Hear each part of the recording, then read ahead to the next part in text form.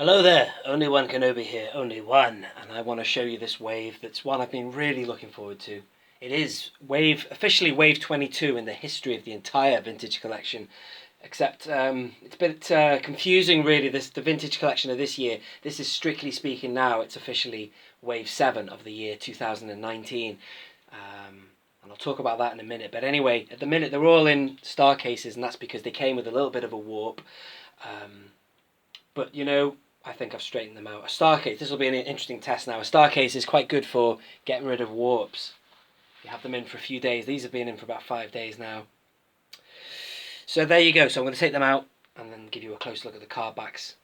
I'm expecting more from Dark Side Toys. These came from ID Toys, In Demand Toys. And then my second lot will be coming from Dark Side because I really want to open definitely him, definitely this guy, possibly, and you know, yeah. But anyway, should we get them out of the star cases and see how they're getting on, see if the warp is gone? Let's do it.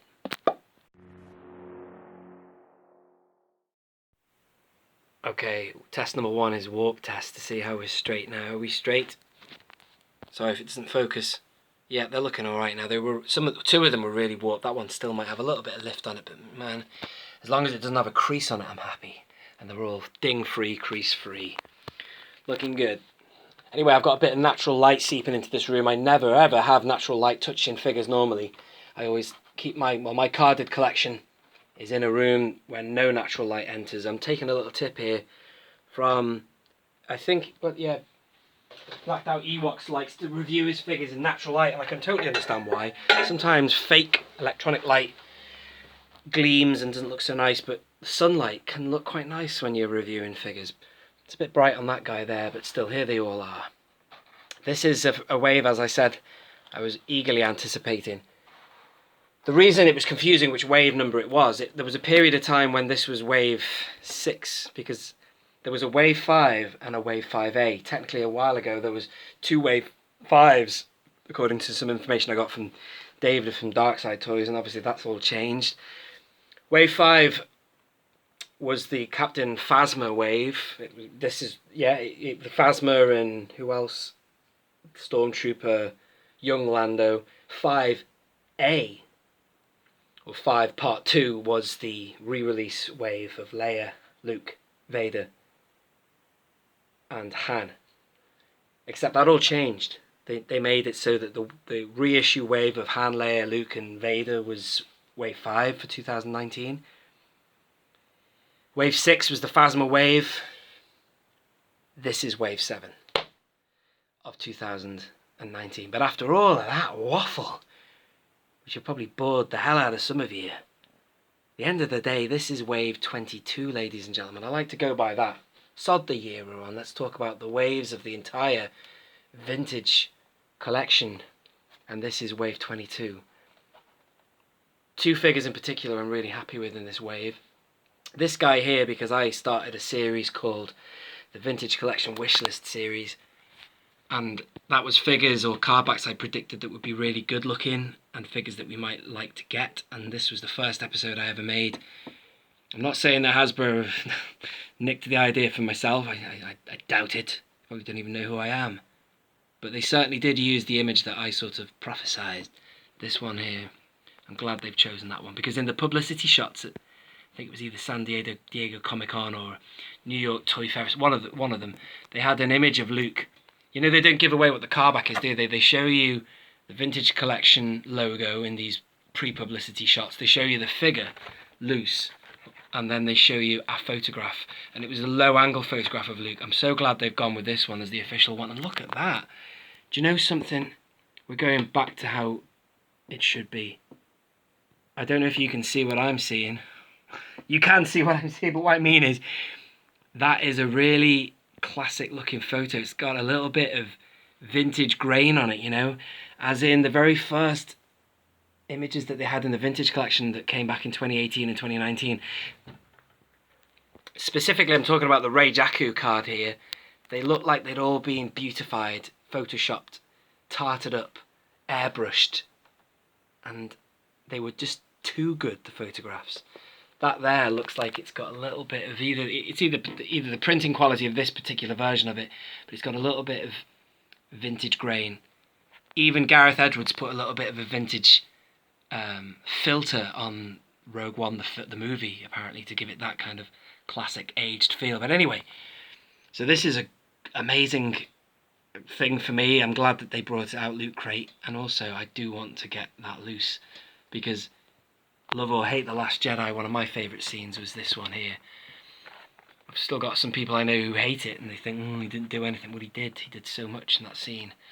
Anyway, I'm not talking about that now, we could waffle on forever. This one here, this is the very first ever thing I put on my channel. I started my channel to speculate about what we could and should get in the line, the vintage collection, because I had sort of completed it by 2017. And this is one that always bugged me. Why haven't we got an R2 on that classic Star Wars chase with that image? And we have now. Fantastic. And do you know what? Although I kind of was a bit like, why is he dirty? What have they done that for? I'm not the only one. I'm not the only one. This has grown on me a lot, this figure with the dirt. I thought it was too dirty, like Dagobah. But no, I think that's just about right for Tatooine. And plus, I've got big plans. When I get my second one, and I did mention this on the video I made when I got back from Florida a couple of days ago. My plan is this. I'm going to open one, have one loose. I'm not going to chuck away the card back. I'm going to recard him so I can have a clean one. And that's a really good figure from the Black Series. That's the R2 number 2, which is specifically... it's an all-around R2, really, you could argue. A bit like the 6-inch one was. Because he's got these extra... launch, whatever you call them, the boosters, the rocket boosters on his legs. But so did the 6-inch one. The 6-inch one came on that card as well for the 40th anniversary. So I thought they were going to repack this on that card, but they didn't. So hats off to them. They gave us something new. Well done, because people will moan if they don't. I would have been happy to get a repack personally, because I just wanted this card, because I'm a carded collector and loose. But yeah, they've given the best of both worlds. But what I wouldn't mind seeing is a clean version inside that packaging. So that's R2, and that is VC 149. What number is he? 146. So these aren't in any numerical order here. Let's move on to this guy. I thought originally he was going to be on a Star Wars chase, but he's on a Rogue One chase. And I do like this card back. The figure, I can't really tell with these black dart figures. It's literally the first time I'm having a proper look at this since I've got it, you know. I just put it in a star case and put it away. But I'm sure he'll be great. I'm not really massively interested in having him loose at the minute. I'm sure he's a great figure though, and I'd love to review him for you. But this card back here, this is what I'm talking about. It's quite sort of like, it's almost digitally enhanced, or it's been taken with a very good camera in a modern era. But I like this one because it's got that sort of comic book style. You know, that, I've forgotten the name of the artist who Bosk's Bounty raves about.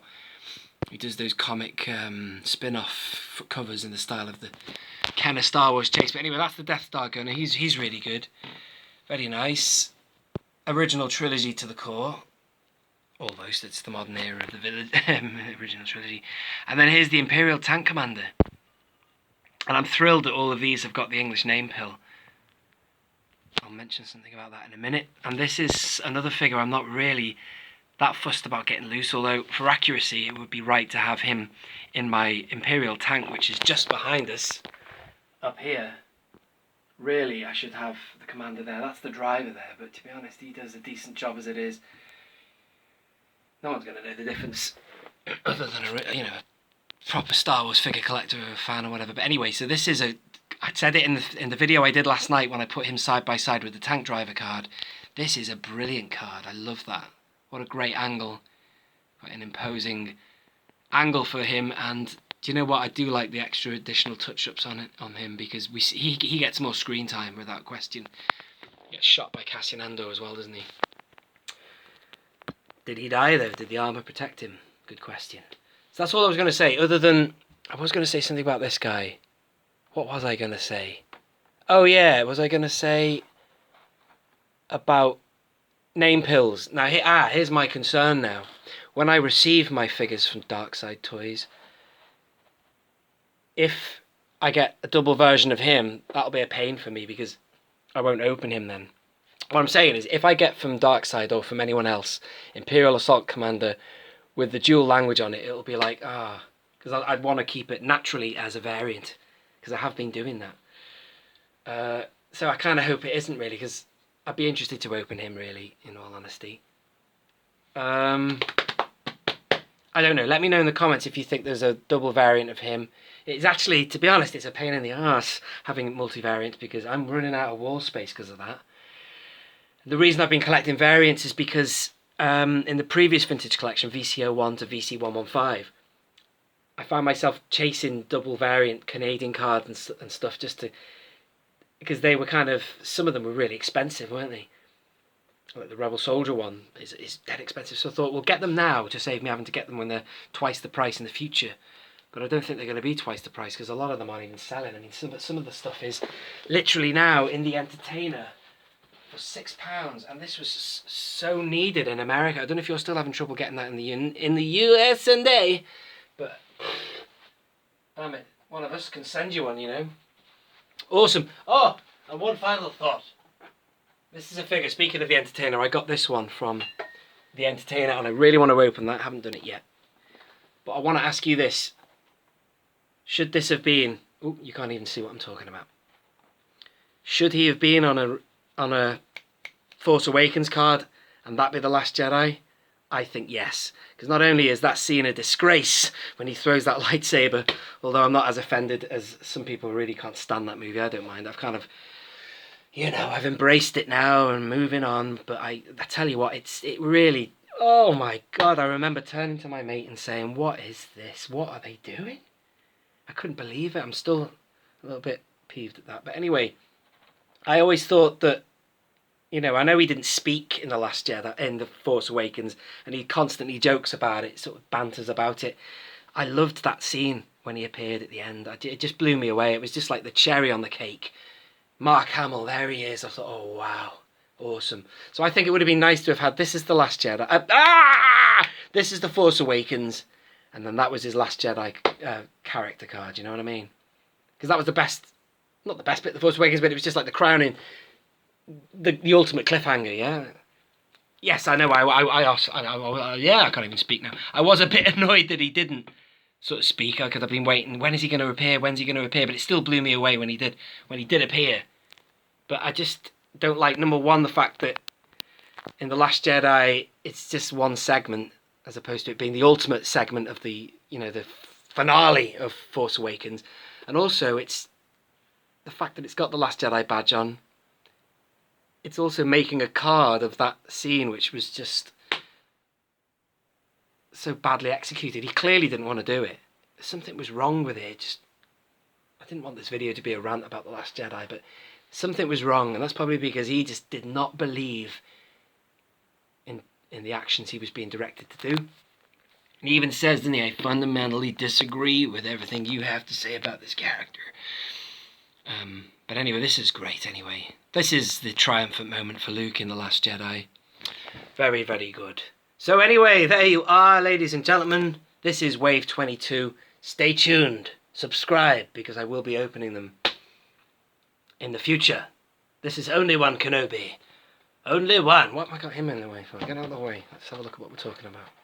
There they are. Only one Kenobi. Only one. Out.